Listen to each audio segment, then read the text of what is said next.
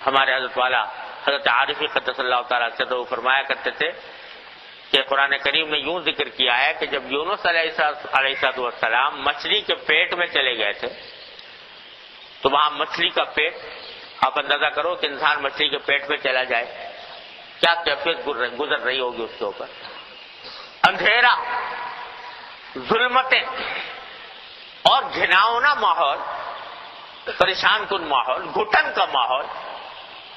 تو فرماتے ہیں فنادا فی الظلمات، یونس علیہ السلام نے ہمیں ان اندھیریوں میں پکارا. کیسے پکارا؟ لا الہ الا انت سبحانک انی کنت من الظالمین. اے اللہ تیرے سوا کوئی معبود نہیں، تو پاک ہے ہر عیب سے، میں ہی ظلم کرنے والوں میں سے تھا، میں نے ہی اپنے اوپر ظلم کیا تھا جس کے نتیجے میں میں یہاں آج اس کی سزا بھگت رہا ہوں. یہ پکارا میں لا الہ الا انت سبحانک انی کنت من الظالمین. تو قرآن کیا کہتا ہے؟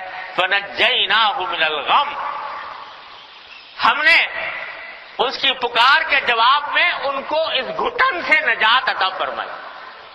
مچھلی کے پیٹ میں جو گھٹن تھی اس سے نجات عطا فرمائی.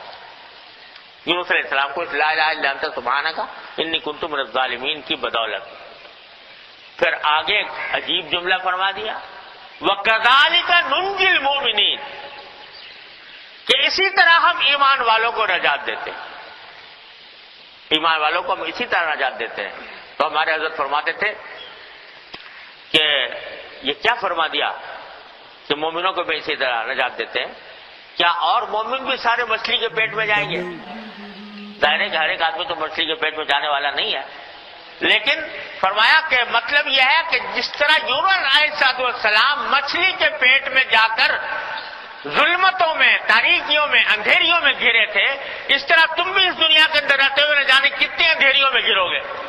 کبھی اندھیریاں باطل کی ہوں گی، کبھی اندھیریاں گمراہی کی ہوں گی، کبھی اندھیریاں خانہ جنگی کی ہوں گی، کبھی اندھیریاں مصائب و آلام کی ہوں گی. ان سب میں تمہارا وظیفہ یہ ہونا چاہیے کہ لا الہ الا انت سبحانک انی کنت من الظالمین. پکارو اللہ تبارک و تعالیٰ کو ان الفاظ سے پکارو تو اللہ تعالیٰ فرماتے ہیں کذالک ننجی الم، آئندہ بھی ہم اسی طرح نجات دیتے رہیں گے مومنوں کو. تو اس کا بھی ورد کثرت سے رکھیں، سوچ سمجھ کر اپنے بدعملیوں کا استحضار کر کے اللہ تعالیٰ سے رجوع کرنے کی خاطر لا الہ الا انت سبحانک انی کنت من الظالمین کا کثرت سے ورد ہو اور اللہ تعالیٰ کی طرف رجوع کا اہتمام ہو. انشاءاللہ ثم انشاءاللہ حالات بدلیں گے، ضرور بدلیں گے. اللہ تبارک و تعالیٰ کی رحمت سے اور اس کی سنت سے یہی توقع ہے، یہی امید رکھنی چاہیے اور انشاءاللہ ضرور بدلیں گے. اور کم از کم اتنا تو ہوگا کہ ان حالات میں جس قسم کے طرز عمل کا ہم سے مطالبہ ہے وہ ادا کر دیا.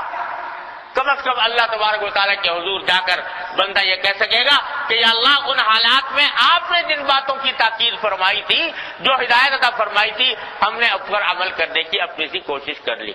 باقی نتائج تو آپ کے اختیار میں ہیں، انسان کے اختیار میں نہیں. اللہ تبارک و تعالیٰ اپنے فضل و کرم سے ہم سب کو اس کی توفیق عطا فرمائے.